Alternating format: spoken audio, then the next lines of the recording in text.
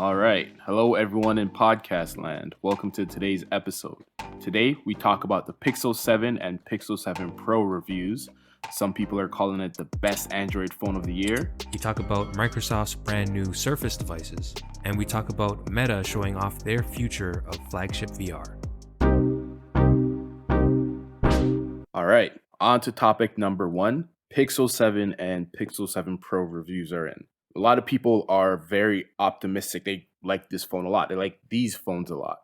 You know, compared to the Pixel 6, the Pixel 6 Pro, there isn't too much that's different in terms of you have the camera bar in the back. Although on the 6s, the 6 Pro, it was a glass camera bar. On this one, it's aluminum. The Pro version has polished aluminum. The non-Pro, the Pixel 7, has brushed aluminum. Non-Pro has 2 cameras. Pro version has 3 cameras. It seems like a theme amongst smartphones these days. Just added an extra camera to the Pro version. Mm-hmm. They get the new Tensor G2 chip, which is the second generation of Google's in-house built chip, the Tensor processing unit. It unlocks new features like face unlock, photo unblur, clear call feature, a few other things. One of the main things about the Pixel 7 Pro is with its extra camera lens, which is a telephoto lens, that allows you to get a super res AI powered zoom up to 30 times magnification. Now, a lot of people had a lot of good things to say about these phones, and it seemed like a lot of it was around the AI features that were enabled by Google and the Tensor G2 processor. So I found it interesting. Not as many people this year talked about the price discrepancy between the two. It's a $300 price difference, and you don't get that much, in my opinion, for the $300. But last year, that seemed like a bigger talking point amongst, reviewers and people who got a hold of the phone. It seemed like a much bigger talking point than it has been this year. And especially considering that most of the features that these phones have are powered by the Tensor G2 chip, which both phones have.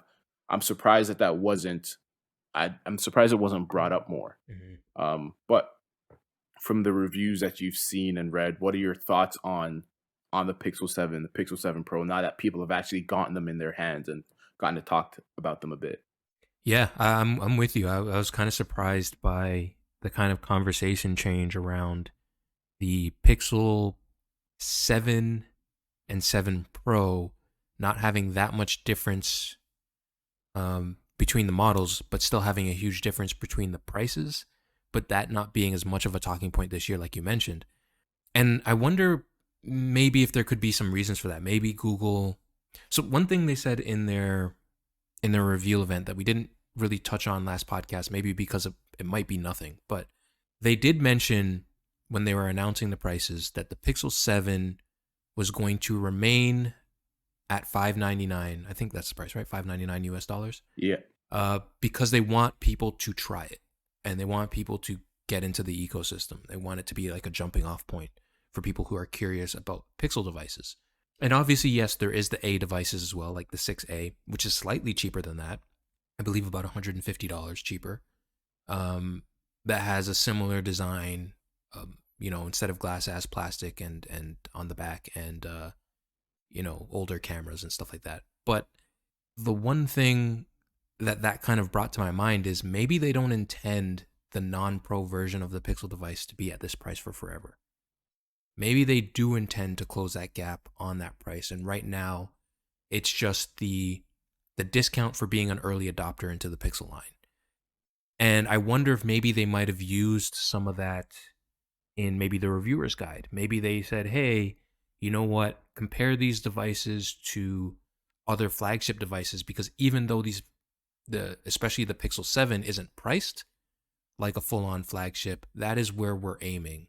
And that's where we're going to be aiming down the line. So I wouldn't be surprised if maybe the difference in that conversation comes from comparing the Pixel 7 Pro to something like the iPhone Pro or the Galaxy Ultra, which I still think, even though it is a much better value than those phones, I think those phones offer you a lot more for their money. But nonetheless, I think that kind of reframes the conversation where you're comparing the Pro to other Pro devices and the non-Pro to other non-Pro flagship devices, as opposed to comparing them together.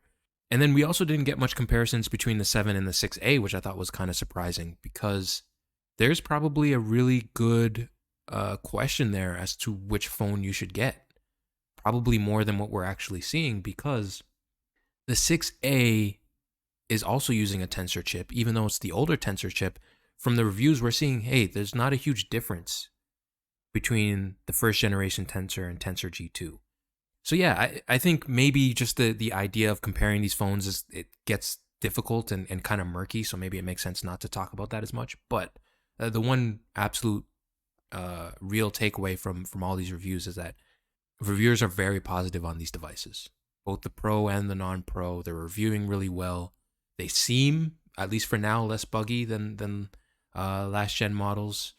And people are really jiving with them, and that's good to see, because I could have really imagined that this could be a huge momentum shift for Google to drawing more and more people into their ecosystem now that it's fully fleshed out with a budget phone, a mid-range phone, a flagship phone, a watch, a fitness tracker. Like, all this stuff is already built out into the ecosystem right now. So yeah, this is, I guess, for a lot of people, the perfect time to jump in. Yeah. So yeah, the 6A is 349. So the 7 Pro 899, the 7 599, the 6A 349. I guess there was just a price drop because it says 449 crossed out 349. So maybe right when the 7 and 7 Pro came out, they dropped the price of the 6A. But I guess one interesting thing that I heard from reviews is that it is slightly smaller than the 6. And I remember when we were talking about it, I don't think it was on the podcast. I think we were just talking about the phones. And you said that you kind of wish the Pixel 7 was a little bit smaller because it is a 6.3-inch screen, but you were saying, probably something closer to 6, but that's, if you look at the 6A, that's a 6.1-inch screen. Mm-hmm. So I think around 6.3 inches is a good size. I believe the Pixel 6 was 6.4 inches. So they've shrunken down the screen a bit. They've shrunken down the phone a bit in its dimensions, which actually makes it a little bit easier to hold and a little bit easier to maneuver with one hand. The reason I like that is because, as you mentioned, they said they want people to try this phone out. They want people to try out the Pixel experience. They want to make it easier for more people to check out this Pixel phone or check out the Pixel phones in general. So I think the fact that it is a pretty reasonable price at, $599, and it's a more reasonable size than the 6. I think they're making it I think it's definitely a good entry point into the Pixel ecosystem. The 7 Pro is a large phone, and not everyone is going to be as interested in a phone that large. I mean, if you're, I guess, a typical Android user, you want the bigger phone, you want the extra cameras, you want the extra zoom. That's what, your typical Android person would want. But maybe if you're someone who isn't as much of an Android enthusiast, or maybe if you're someone who's coming from an iPhone, it would be a lot easier to convince just, the average person to get a phone that's easier to handle and, slightly smaller, but you still get all the great Pixel features Mm-hmm. compared to this big monstrosity of a phone. And also, another thing about the ecosystem, right? As you mentioned, they have the Pixel Watch, they have the Pixel tablet coming out later. The $300 you save getting the Pixel 7 instead of the 7 Pro is equal to the watch, right? The watch is $300. So if you're someone who's interested in getting into the Pixel ecosystem and you're like, I really want a new phone and I would like a new smartwatch because either I don't have one or my watch is outdated. Instead of spending that extra $300 to get, a bigger screen, which you don't necessarily want, to get the extra camera, which you probably won't use as much, you could spend the exact same money and get a phone and a watch as opposed to just a phone. Mm-hmm. Or you could get a phone and Pixel Buds Pro, right? Maybe you need headsets and you don't, maybe you need AirPods. Maybe you need, headphones You don't need a watch, but you also don't want to spend that extra money on the phone. So I think the $899, I find it's interesting that, it equals either a phone and a watch, or a phone and earpods, or just a bigger phone, right? I find it's interesting, and probably a good, I feel like a good bit of planning and, marketing went into that. Like, all right, how much do we want to price all these things? How much of a difference in price do we want there to be? So that either way, we're gonna have people spend, let's say, $900 on something from Google, on something from Pixel. Hmm. And it's really just like, okay, what kind of combination are they gonna have? Well, I guess at this point, how do you feel about Google's lineup? Like with the 6A, the 7, and the 7 Pro, do you think there's, we've talked about with iPhones that it can kind of be confusing, and not just with iPhones, with Apple products in general, especially with the MacBook sometimes, it can definitely be confusing to say, okay, which product is right for the right person? Do you think that Google did a good job with the 6A, 7, and 7 Pro? Or, right now, like you mentioned, there is a discount on the 6A to make it $250 cheaper than the 7. Does that make recommending the 7 harder? Does it make the 6A the go-to recommendation? Or I'm kind of wondering there, like, what do you tell people of like, okay, well, I want a Pixel, which one should I get? I don't think it makes things difficult. I think it's a pretty good difference, Hmm. especially because, okay, now the 6A has last year's chip. When it first came out, it was the most up to date processor you could get in a Pixel phone. Hmm. But now that the G2 is out, okay, the G is last year's model, so it's a little bit cheaper. That makes sense. With the G2, you get some of the new features that I mentioned, like the photo one blur, like the clear call-in feature, um, like cinematic mode in your camera. So I think that there's enough distinction between the 6A and the 7 to say, okay, if you want the newest that Google has to offer, that Pixel has to offer, get the 7. If you just want to get into the ecosystem, you can get the 6A, but you're going to be missing out on some features. And if you want the very best that they have to offer, then get the 7 Pro. Yeah. I mean, ideally, I would say they should release everything all at once. Yeah, I completely But agree. that's ideal for the customer, right? Yeah. For a business, if you release the 7A, the 7, and the 7 Pro all at once, probably people are either going to go for the 7A, or people are going to go for the 7 Pro. And there aren't going to be as many people shopping in the middle. Mm, Right, like Apple doesn't do it either, right? They don't release the SE at the same time as the 14, yeah, good or point. at the same time as their newest model. But when they do release it, it's all right. We've had half a year, we had 6 months with this newest chip only in the newest phone, but now you can get the newest chip in the slightly trimmed down version of our phone. I think Google does a much better job of it than iPhone and their SE, because you know, it's what, like a 6-year old design for Apple, whereas at least so far, Google has taken the same design as their most recent flagship phones. Mhm. So I think when the 7A does come out, it's going to be a great device. Still going to have the G2 chip, but cost significantly less. I'm guessing it's going to be around 449. I think that's a pretty good price for. I guess I don't know if it's 599, maybe even a little bit cheaper, but either way, I think the 6A is a good deal. I think the Pixel 7 is a good deal. When the 7A comes out, it's going to be a good deal too. I personally don't know, who I would exactly recommend the 7 Pro to, Mm. but I guess to each their own. What do you think of their lineup though? Do you think that the 7 does enough compared to the 6A that you could recommend it to people? Yes, but at the same time, I'm also really happy that the 6A exists because for me, I think what really impresses me about Google's Pixel line, and it's something that they've been building for a long time, that is just starting to click with me as someone who does not take pictures with their phone. I know most people do, I don't. But when I look at the differences between these phones, it's 100% based on the cameras. The performance, spec wise, in terms of processor and RAM and all that, yeah, there's a difference, but it doesn't really matter. What really matters is that the 6A has a 12 megapixel camera, the 7 has a 50 megapixel camera. The 7 doesn't have a telephoto lens. The 7 Pro does have a telephoto lens. So for me, if someone comes to me and says, I'm interested in getting an Android phone, I kind of like Pixels, I hear they're really good, which one should I get? My immediate question is, how much do you use your camera? If your camera is something that you use all the time, you love taking photos, you love taking videos, maybe you're a TikToker or I don't know, what else do people use? Instagrammer.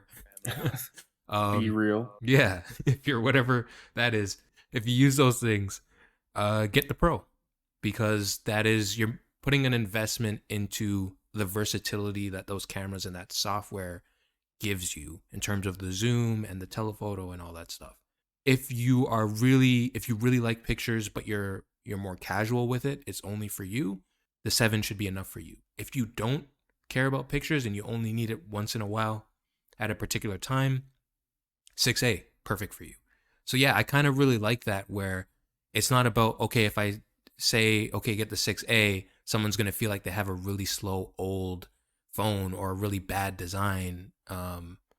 It's kind of just more of, oh, okay, it's all about the pictures. And I think that's a really cool kind of way to separate these devices that Google has kind of made here. Very good point. All right. And our second topic of the podcast is Microsoft. They just had a big event to show off the next iteration of their Surface devices. They showed off an updated Surface laptop, an updated Surface Pro, the new Surface Pro 9, and an updated Surface Studio. So all these devices have been, relatively speaking, keeping the same design as before, but have had chip bumps. With the Surface laptop and the Surface Pro 9, we get bumped up to 12th generation Intel chips. Unfortunately, on the Surface laptop, there will be no AMD version, at least not right now, so Intel only. And on the Surface Pro 9, what they did is they got rid of the Surface Pro X line, which was their ARM-based tablet, and instead they rolled both of them into the Surface Pro 9. So we have the identical design that we had with the Surface Pro 8, but you have 12th gen chips, like I mentioned, and there's also now a new 5G version. With the 5G version, you get the ARM-based processor. So Microsoft and Qualcomm partnered together to make the Microsoft SQ line of processors. Now it's the SQ3. So it'll be a little odd to see how that performs compared to the Intel processor. We have seen in the past that ARM-based Surface devices have been a little bit underwhelming, but have excelled in places like battery life, because they're using more mobile design processors, similar to what you might see in a phone. And now with this new version, when you get the ARM processor, you also get 5G built in. And then we also got a new Surface Studio. So it's not a brand new machine. It's very much just an updated version of the older machine. You're not getting 12th gen chips, unfortunately. You're getting 11th gen laptop-based processors, as well as a laptop designed RTX 3060. So more capable processor and graphics processing on this device. But everything else pretty much stays the same, except for the fact that you actually get real USB 4/Thunderbolt support with the addition of these new Intel chips. So, much more bandwidth with the USB-C ports at the back. Overall, I think the reaction to this event is quite underwhelming. In the Surface Pro 8 line that we saw about just over a year ago, one thing that Microsoft did is they raised the prices on the devices. So the regular Surface Pro, I believe the Surface Pro 7 launched at a starting price of $749, and the Surface Pro 8 skyrocketed that price to start at $1099 US. Now, they didn't initially announce the prices, but we do know now, I believe the Surface Pro 9 will start at $999. So, not as expensive as the Surface Pro 8, but still quite a bit more expensive than we have seen Surfaces in the past.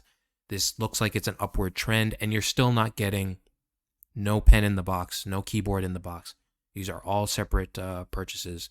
So overall, I think because of there not being much of a change in the design, specifically with the Surface Studio, you're still getting older chips with the 11th gen, not 12th. It isn't the most exciting event, but it's still cool to see Microsoft lead the way in terms of convertible devices, these really powerful tablets that can transform into laptops, and they kind of set this trend, really. And we're starting to see things like Lenovo and Asus, and even Apple Mhm. kind of follow suit with the iPad Pros with the keyboard docks and stuff like that. It's a really popular line, but Yeah. for me, it's just kind of hard to get excited about them because of the price. But I'm curious, have you got a chance to see these new devices? Do they interest you at all? And just one quick note: the Surface Pro line now has more colors, which I guess could be interesting for some people. But I don't know. Is this any? Do you have any interest in these products at all? I'm not interested in the products, but you brought up a good point. They kind of started this whole convertible space, this whole convertible ecosystem. And because of them, we have, one of my favorite devices, the Asus Z13, Yes. So I'll give them kudos for that. I'm not really excited about any of these. I'd say the form factor that I'm most excited about, and that, hey, Asus, if you want to make one also, the Surface Studio 2 Plus, Mm, I think is an amazing device, an amazing looking device. But the 11th gen processor, the 3060, both laptop grade, that's like a little bit absurd to me because it's been what, 4 years yeah. since they updated this thing, and you wait 4 years and you don't give it the newest thing. Like, you don't give it the newest processors, the newest chip when it comes out 4 years later, so it's already outdated, and what, we're gonna have to wait another 4 years for you to update this thing again, and then we're gonna still have old chips in it? That's this is supposed to be their flagship Surface device, right? So you kind of want your flagship device to be the most powerful.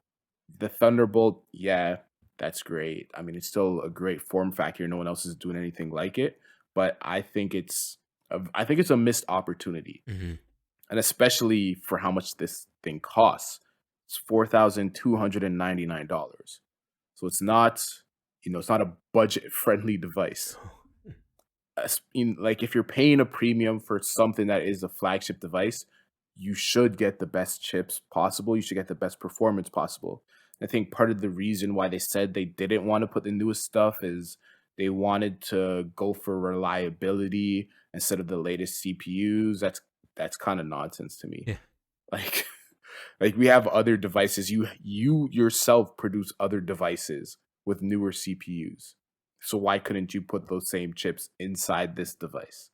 One interesting take that I heard on this is maybe at some point they'll release the Surface Studio 2 as a standalone monitor. Mm, I think that's something that would be pretty awesome to see. So that way, if you want all the functionality that this provides, you don't need to spend the $4,300 for an outdated system. You could have a newer, updated system, a standalone desktop that just so happens to have this amazing screen. I guess a couple other things that I'm not going to say I'm excited about, but that interested me. The new pen for the Surface Pro 9 has a haptic motor in the pen. mm, So as you're writing, as you're drawing, it's gonna give slight vibrations that kind of create the feeling of tension, which I think is, you know, pretty cool. I imagine that this is gonna trickle down to other device manufacturers, other people in the future. I could even see, Apple with their whatever their next generation of Apple Pencil is, adding this in too and having some, I don't know, some crazy new marketing name for it. Windows 11 is also, there's some interesting stuff going on there. They've announced system-wide live captions, which I think is pretty cool, in terms of accessibility. So it doesn't matter what you're viewing, what website you're viewing videos on, what you're listening to. System-wide live captions built into Windows 11.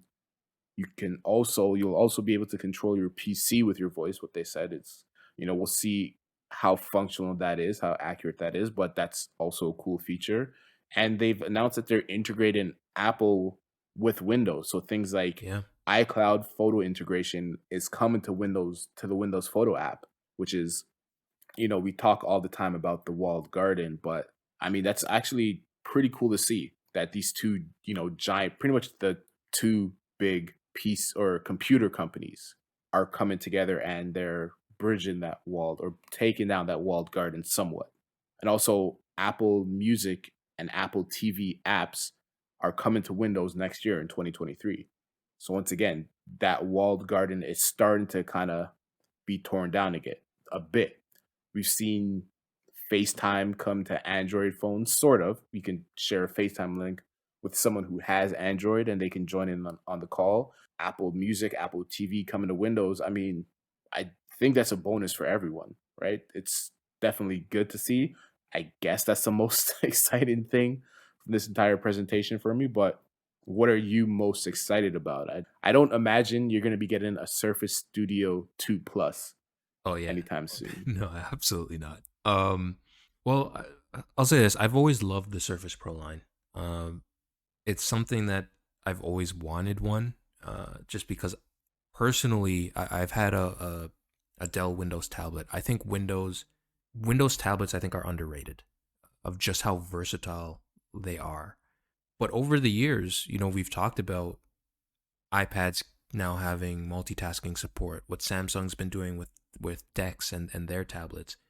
The rest of the industry's caught up. It's kind of hard to have as much excitement for these incredibly expensive devices when you can do really good window management on Android, and you can have window management on iOS with these really powerful devices or these really affordable devices. And in the Surface line, there really isn't much choice. There's no choice for an affordable device. Like, we didn't get an update to the Surface Go. And even when they do update the Surface Go, it's still not a great device overall. It's kind of like the unwanted child of the Surface lineup, unfortunately, because Microsoft makes a lot of sacrifices to make this budget device to the point where it's not even really worth it. And like I mentioned, whenever you get any of these devices, you have to get the accessories separately, and the accessories are very expensive. And because this isn't Apple, and these things don't ship in huge volumes, there isn't a huge market for third-party accessories where they're much more affordable. So it's kind of hard to get excited about anything in this lineup, but if there's anything, it is that Thunderbolt 4 and USB 4 is finally coming to the Surface line in full force. That is a huge step forward. Microsoft has been dragging their feet on this. It does allow you to do things like attach high-speed storage, attach external GPUs to something like a Surface Pro, which could be really cool. Obviously, you won't get the full performance out of that GPU, but having a convertible device very similar to like what you were talking about with the Asus machine, and being able to hook up an external GPU to that, but having a really sleek, portable, well-designed device when you need it on the go is really cool and just kind of amazing to see. But that's also followed by some downsides as well. Like I mentioned, you won't get the full performance of the GPU, but also if you want the 5G version, which doesn't use an Intel chip, there is no USB 4 or Thunderbolt 4 on that model. And that model's more expensive. So, yeah, it's one of those things where I love seeing these devices. I love seeing Panos talk and see how emotional he gets about his products. It's fun to watch, but overall, it's kind of hard to get excited about these Microsoft products when they really aren't doing much to take a lot of the stuff that they've developed here, a lot of the really cool stuff that they developed here, and make them more mass market devices. I will say this, I don't hold them accountable to it too much because I understand that Microsoft does not want to compete with the people who license their software. They don't want to make the best, cheapest Microsoft Surface device so that no one buys a Dell and no one buys an Asus and no one buys an HP. I get that. But yeah, it's just kind of sad to see considering I do think they make some of the best hardware in the business. All right, on to our final topic, something that I think you may be a bit more interested in. Meta has revealed their new headset, the Meta Quest Pro, coming in at a whopping $1,500. Mm. Now, this is the long rumored premium headset that we've been talking about, I guess, for at least a year now. This headset features cameras on the front, which enables an AR pass through mode. It features cameras on the inside for eye tracking, which will allow foveated rendering as well as mimicking your facial expressions. The display is 40% thinner than the Quest 2. It features a new Snapdragon XR2 Plus processor that Meta built in conjunction with Snapdragon. The controllers are brand new controllers, which are actually computers themselves, in Meta's words, and they track themselves. So it's not your headset that's tracking the controllers. The controllers do all of the tracking within the controller.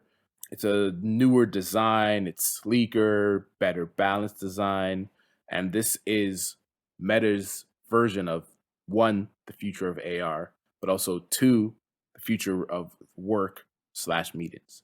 Now I know you're a big virtual reality fan. I know you can't get enough of playing virtual reality games.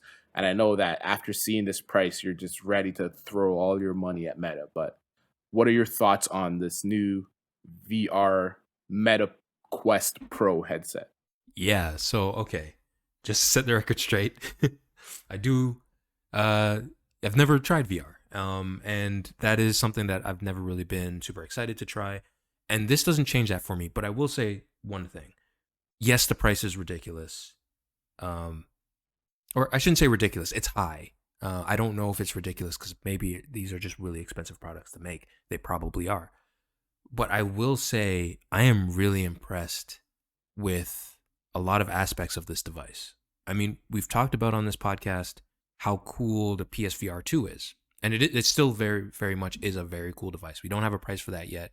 I'm sure it will not be $1,600, but one of the things that we talked about why it's so cool is just how comfortable the original PlayStation VR was for a lot of people, and how the new PSVR 2 capitalizes on that comfort, but makes it so much better in terms of cutting edge VR tech, screen resolution, foveated rendering, and stuff like that. Not only does this MetaQuest Pro have things like foveated rendering, high resolution displays, a really comfortable looking design, but the design also looks very light. It looks very streamlined. It looks very thin. It looks like the next generation of VR headsets. And I don't think that's as much as we criticize Facebook and Meta and getting rid of the Oculus name, even though that was the perfect name for the devices. I kind of have to really give them credit for showing headset wise, hardware wise, and I think we always talked about this, about how we knew they were going to do hardware well, and the hardware of this just looks like the future of VR to me, and the future of AR. It looks like a comfortable headset to wear. It looks like something that you can be in for a long period of time, and I want to give them a lot of credit for that, for achieving that. There are a couple of downsides, though. There is the fact that, the PSVR 2 is using OLED screens. These are using LCDs. They're super thin LCDs with a pancake lens design that they called it, that makes these visors really thin, which is really cool, but still LCD, generally not as good as OLED. The one thing that really stood out to me, though, was the battery life. I think they're quoting between 1 and 2 hours of battery life for this headset, which kind of shocked me because, like I mentioned, so much of this headset looked like the future of VR. This looked like the thing that you could spend all day in terms of comfort. And obviously, we haven't touched it. We haven't used it. We don't know this for a fact. It just seems like that. But when you have an hour to 2 hours of battery life, that's not a work day. That's not, I don't know. It just doesn't seem like it's enough to deliver the experiences that they want to deliver in terms of you living in this headset, you working in this headset, you being productive in this headset. If I constantly have to be tethered, or I have to constantly be worrying about my battery life ending, I think that could be a little bit of a downside, but that does leave them space to improve. Overall, I think that the headset looks really cool. All the other stuff that they've announced, that they've talked about, like the workspaces and Horizon and stuff like that, still have no interest in. Still don't understand why anyone would want to spend their time in there. But Meta and Facebook and Mark Zuckerberg are dead set on making that a reality in the future. And another cool thing that they talked about is that they announced, hey, the Meta Quest 3 is incoming probably next year. And based on what we've seen from this headset, if any of this transfers down to that, I think that could be a really awesome device as well. But yeah, overall, I thought this event was interesting, specifically when it comes to hardware. The software still doesn't do much for me. Although Microsoft is supporting it with Teams and potentially even XCloud, it's I don't know. It's still not that it's not Ready Player One yet. Even though I think a lot of this hardware looks better than it did in Ready Player One, at least with the headset. Mhm. Software isn't there yet, but yeah, I don't know. As someone who's much, I don't know. I believe you've tried VR. You've talked about how you're interested in the PSVR 2. How do you feel about this device? Do you think the price is just so ridiculous that it's kind of hard to even consider it being the future of VR, or do you think like, hey, Meta actually executed on what they wanted to do? I think the price is absolutely ridiculous. Absolutely. But I will agree that design wise, it looks amazing. The headset looks very cool and it does look very futuristic and it does look comfortable. And, as you said, we haven't tried it ourselves. We don't know how comfortable the headset actually is. But yeah, it looks like a cool headset. It looks like something I'd be interested in trying, but $1,500 is absurd. Yeah. And maybe, they're marketing this just for enterprise companies that have, hundreds of thousands of dollars to spend on their meeting software and equipment. Sure, maybe they're marketing it to them, but as you mentioned, the battery life is about 1 hour. So maybe you convince some company that this is the future of meetings. You guys want to get in right now, buy these headsets so you can have your meetings in VR, and they can only make it through a 1 hour meeting.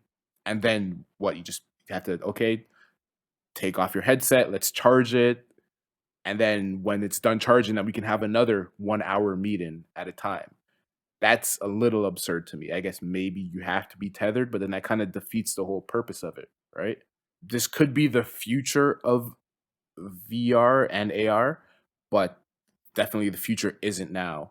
One interesting take that I've heard on just virtual reality in general, augmented reality in general, not just Meta and what they're doing. But when it comes to technology, as friction decreases, practical use cases expand. Now, let's say, if this Meta headset was the only way that I could send a text message to someone, I probably wouldn't send very many text messages because it's all right. I have to make sure the device is charged because it only lasts for an hour. Then I have to put on the headset and get the controllers and then make sure everything is paired. And then I have to text that way. Whereas if you look at your phone is always charged, it's always on. Mhm. It lasts a day, days at a time, and it's in your pocket. And it takes maybe 10 to 30 seconds to send a text message, and then, okay, it's back in your pocket, right? There's very little friction. So when it comes to VR, there's a lot of friction right now. So whatever you're doing in VR has to be worth the amount of trouble that you're going to have the system, have it charged, have it ready, have it set up so you can start using it, Mhm. right? The experience has to be worth the friction. So if it's a super immersive game, if it's, something like what the Horizon Call of the West or whatever the PlayStation game is that they keep on marketing, if it's something like that, could be worth it. If it's something like Half-Life Alex, which is generally seen as the best VR game around, you know, it could be worth it. But for Meta's headset, their big reward for all of this friction is meetings, essentially. Mhm. So if all of this friction of, getting the headset, setting it up, only having an hour of use time is all so that you can have meetings in VR, like that doesn't, I don't know, it doesn't seem like it's going to be successful, Yeah. especially if you consider the friction of this VR headset compared to a Zoom meeting, compared to Microsoft Teams or just a regular old phone call. This VR headset isn't adding that much more to the experience. So I think VR will be successful, at least, maybe for the next decade. It will be successful with games. That's because they're fun, right? And when you're having fun, either, playing the game by yourself, that's super immersive or cool, or if you're playing with friends, that will be worth the friction of whatever, getting the system, getting the console, getting the headset, making sure it's set up. Even if you have to be tethered, as long as it's fun enough, Mhm. it will be worth it. Or as long as you're interacting with friends, it will be worth it. But whatever Meta is doing right now isn't working. Now, as you said, the Meta Quest 3 is coming out next year. I'm sure that will be less expensive. Hopefully it lasts longer than an hour. I'm sure it will.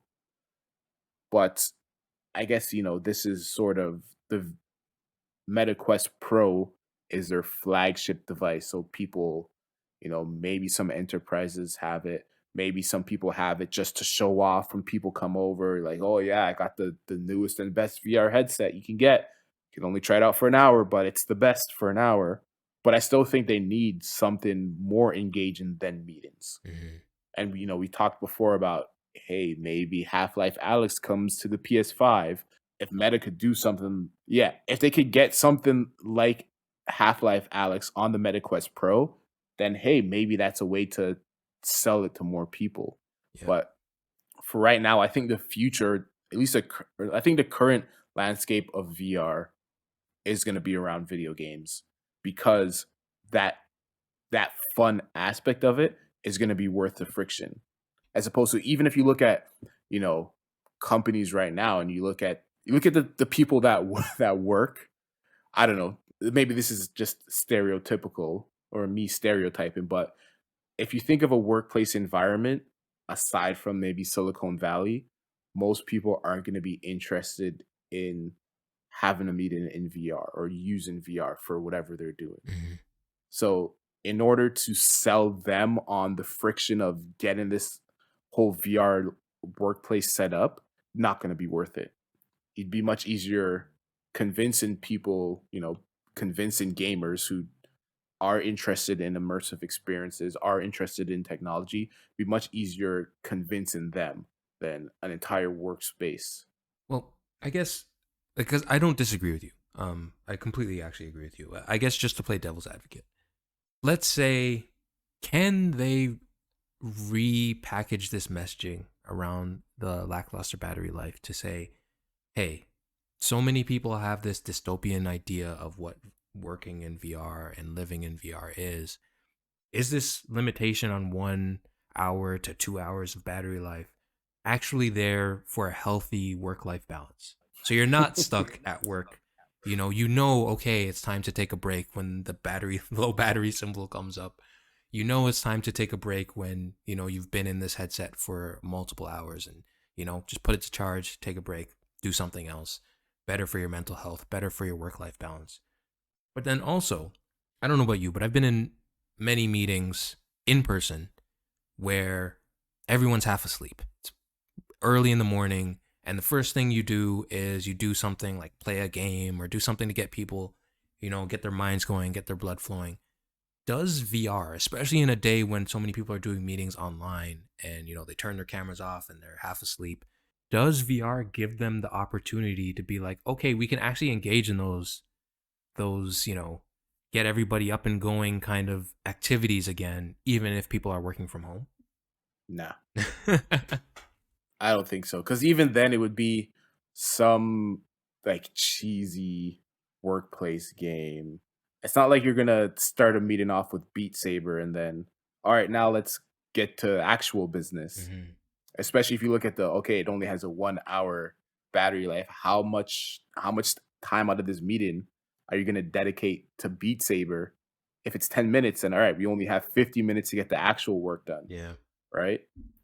And I don't see companies saying, "Hey, we're gonna use this because it allows our employees to have a better work-life balance." Because they only work for an hour and then maybe they charge it for an hour, and then they work for an hour, then they charge it for an hour. I could see companies just buying multiple versions of this, multiple units of this, just to like, all right, that one's dead, put this next one on. That one's dead, put the next one on. Get back to Just work. to get people. And even I think of when I'm working and I'm productive, Mhm. Flow. I don't want anything to get in the way of that, right? It's Yeah. like if I'm working and I'm being productive and then it's my device died, so now I have to wait for it to charge again. Well, I've lost that flow state that I was in, Mhm. right? I mean, it being an interesting marketing tool, but I don't think they could get away with, well, we designed it to only last for an hour so you can get out of meetings earlier. I don't see that. No, I was just gonna say, well, hey, Facebook, if you want some of those genius marketing ideas, you can contact me and hire me. Well, since we're on the topic of premium headsets, Mm. some news came out about Apple's future headset, their future AR/VR headset. We're still not sure what it is yet, but apparently this is rumored to cost $2,000 to $3,000. So a bit more than what Meta's charging Hmm. at the moment. But I mean, it's a rumor. The Apple headset is also set to have inward facing cameras. So it will do eye tracking, which will allow foveated rendering. But also, the kind of headline feature is it's set to feature iris scanning for biometric features. So if you think of like Touch ID, your fingerprint scan, if you think of Face ID, they would scan your whole face. They're going to replace possibly Face ID with iris scanning. I don't know, maybe IID. And this is for authentication. So, like passwords, you won't have to enter. If you want to do payments for banking or anything like that, you won't have to worry about that. But also for seamless user switching. So, in theory, I put the headset on, it will say, okay, this is your eyeball. This is the account we're going to log you into. If someone else puts it on, all right, this is their eyeball. We're going to log you into this account. So, very futuristic. I don't know if any other company is planning this, but I mean, hey, leave it up to Apple. But since we were just talking about the price of this $1,500 headset, do you think Apple could get away with charging $3,000 for a VR headset? I am going to give Apple the benefit of the doubt and say 100% absolutely. And the reason why I say that is when I think about Apple making a headset, I personally envision Tony Stark's glasses. I envision this thing where you're going to have a heads up display. It's going to be well designed. It's going to not look intrusive. It's, like you said, this ID kind of ocular kind of scanning method for authentication. This device that may replace your Apple Watch or may replace your phone when you just want to go out and it'll track your eyes and show you all the pertinent information you need. You can take pictures, maybe you can, like I just envision something that is very much unlike what this Meta Quest Pro is. And the reason is because if they did just make something that's like that, I don't think anyone would care. But if they do make, and I've always said this, I think of Apple as a fashion company. If they do make a fashion device that brings tech into the space of glasses, I think, yeah, I would even be tempted if I had the money to spend something like that on that because that's just a cool product. And I know for the vast majority of people who are in the Apple ecosystem, generally have a lot of disposable income, especially if you can get something like carrier incentives or even, financing and stuff like that. I think there's going to be a lot of people who will be so excited to jump on board with that idea. That's just me giving them the benefit of the doubt, though. Who knows if they actually capitalize on that or if they just make something that's kind of derivative of what Oculus or Meta has already done. Do you think that they can get away with that $2,000 price? Definitely. Yeah. If anyone can, Apple can. Yeah. Yeah. They could make, yeah. I mean, what? They charged $500 for aluminum wheels for a Yeah. desktop PC? True. I think something like that, $500, $300. So yeah, $1,000 for they a could stand. they could definitely charge $3,000 and have people lining up to buy them. Yeah. Especially the first VR headset from Apple. Mm-hmm. I could see that. My only question is what will the use case be? Like what will I don't know, like you mentioned fashion. Are people going to be wearing this Apple headset just walking around on the I street? Is think so. that Yeah. you Yeah. I 100% see it as like your heads up display in a video game or Yeah. like just all this information being thrown at you whenever you need it, but in a cool, nicely designed product that honestly will either look like glasses or will look like glasses from the future, like from Cyberpunk or something like that, where people are going to be so interested in it that, yeah, it's going to have that Apple flair for sure. So what they're supposed to look like is, I mean, sort of like what Meta's Quest Pro looks like. Hmm. Just more aluminum, I think, better, some mesh materials. Supposed to be a more premium looking version of it. I guess if you could combine like the AirPods Max Yeah. with the Meta Quest Pro, that's kind of what it would look like. But yeah, either way, it's going to be absurdly priced. And yeah, it's going to be interesting. Now, on the flip side of that, so we've gone $1,500, we've gone $3,000. There's an upcoming pair of AR glasses, which I actually think are out right now in the United States from a company called Nreal, and they're a $379 pair of AR glasses. And these actually look like, I think they look like a pair of Ray-Bans or something, like actual sunglasses. They work with Android phones, they work with iPhones, you can pair them to your laptop. And these are the Air glasses. There are trimmed down version of Nreal's light glasses. I keep on doing air quotes. Well, no one can see me. But so their main product is the Nreal Lite, which is $599. Those actually launched in the US last year. The Air is their trimmed down version, $379 for their trimmed down version. And the main difference is the Air version doesn't have outward facing cameras. So, for privacy reasons, it's a little bit better, but also it's less expensive. And the main thing about this is they're augmented reality glasses because they don't have outward facing cameras. You can't really overlay things. So it's not exactly a heads up display, but the main reason for these glasses, the Air glasses, is for personal theater and streaming services. So if you think of like Netflix, Apple TV, Disney Plus, you can stream content directly to these glasses. And what that will allow you to do is it will provide the equivalent of watching a 130-inch screen from 3 meters away. So you could essentially have a movie theater size screen, what would appear a movie theater size screen, on your AR glasses. So you essentially wouldn't need a TV. You essentially wouldn't need a monitor with these glasses. Now, I'm sure that you could do some sort of heads up display with the glasses. It wouldn't interact with your surroundings. It wouldn't change based off of where you are, but you could say anytime you get a text message, let's say it pops up on your AR glasses. If you're looking for directions, it's paired with your phone, it could pop up in the corner. Hey, turn left at this street, head north, turn right on that street. Now, is something like this more up your alley? Something, a personal theater, possibly heads up display, $379, not quite 3,000.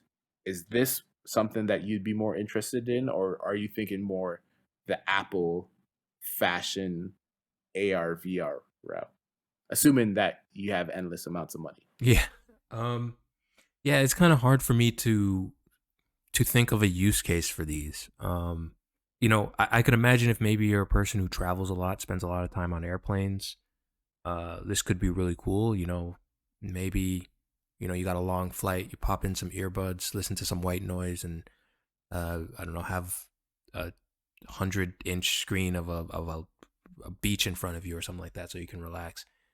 That could be cool, but me personally, I couldn't see much of a point behind it. But I mean, I think one thing I will say, or a couple things I'll say. One, nowhere on this website could I see battery life on any of these things. And I think this also ties into the Apple conversation and the Meta Pro conversation, is that I think battery life is going to be a huge limitation, especially if you want a considerable amount of power in these devices. And I think that could be something that's holding Apple back right now if they want it to be sleek and portable. And I'm not really seeing much information on battery life on either the Air or the Lite. Mm. Yeah, so it's one of those things where I think we're really in the early days, like you mentioned, of these devices.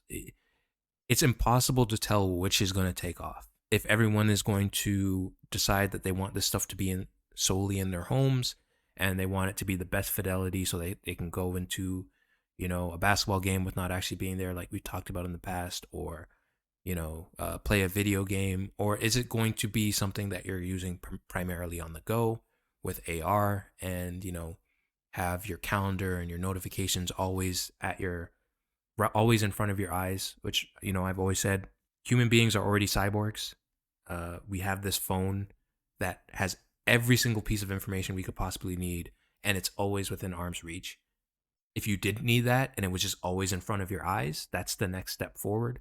Um, and I could absolutely imagine that taking off, but who knows? Honestly, who knows? And I think right now, all of these companies trying to envision what AR and VR looks like, I don't really think anyone really knows. I think they're all just taking a shot in the dark to see what sticks. I mean, they do all seem to kind of be trying different things, taking a shot into the dark. I don't know the way and this could also be because I'm just a PlayStation fan. Mm, I think their formula is the way to go. mm, The one cable tethering method, even though it's okay, it would be nice if it was a completely standalone device, but I think it solves a couple of problems. I think one, processing power wise, it allows you a lot more processing power to say, hey, the PlayStation console is powering this system as opposed to the headset has to power itself. mm, So you can have more processing, you will have more processing power in the PlayStation, or even if it was a computer, right? You would have more processing power in that compared to whatever you could fit inside a headset. Even if you look at just, space limitations, if you look at thermal limitations, you will have more processing power. And then also, two, just battery life. yeah. We've been talking about this 1 hour battery life nonsense. If it's powered by a console or powered by a desktop PC, it's infinite battery life. You never have to charge it. And because you never have to charge it, you can get that much more immersed into whatever you're doing, into the game, into, if you're watching a sporting event, a concert, a movie, whatever it is, the less you have to worry about charging it, the more immersive it will be and the more buy-in you will have.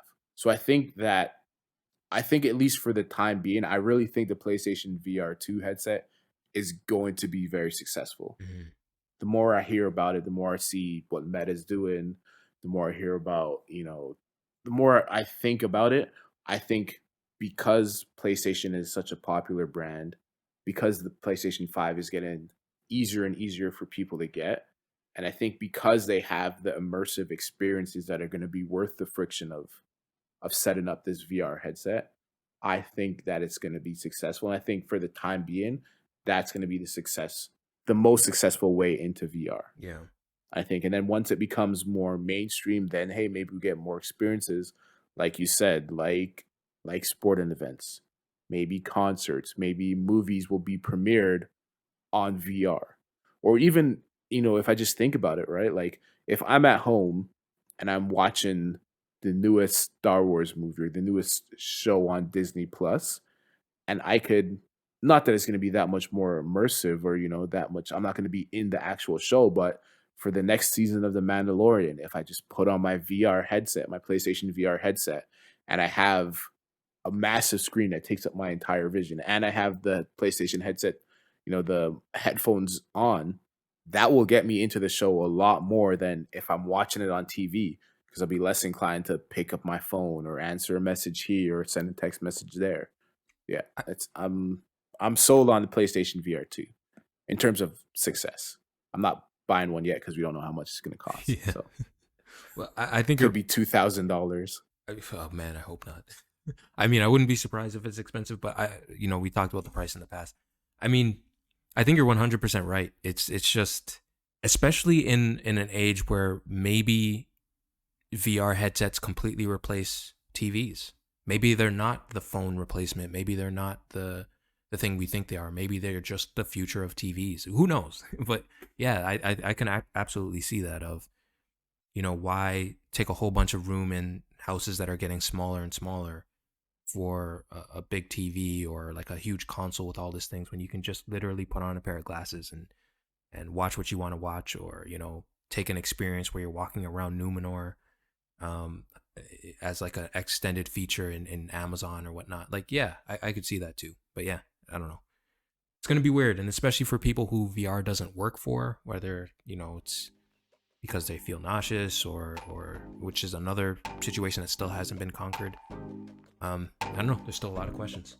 Yeah, still a lot. I guess any final statements? No, I just want to give a quick shout out to a video game that was released at the beginning of October called Hazelnut Hex. It is a shooter, a shmup. Haven't played a shmup in years, but it was just actually kind of released on the Switch and on PC via the itch store, made by, I believe it was one person that also makes chip tunes. Just a really weird game, kind of just popped out of nowhere. Wanted to give a shout out because I tried it out. Seems pretty fun, and it works on the Steam Deck. Wait, what's a shmup? Shmup, shoot 'em up. Oh, take it easy, everyone in podcast land. Catch you in the next episode.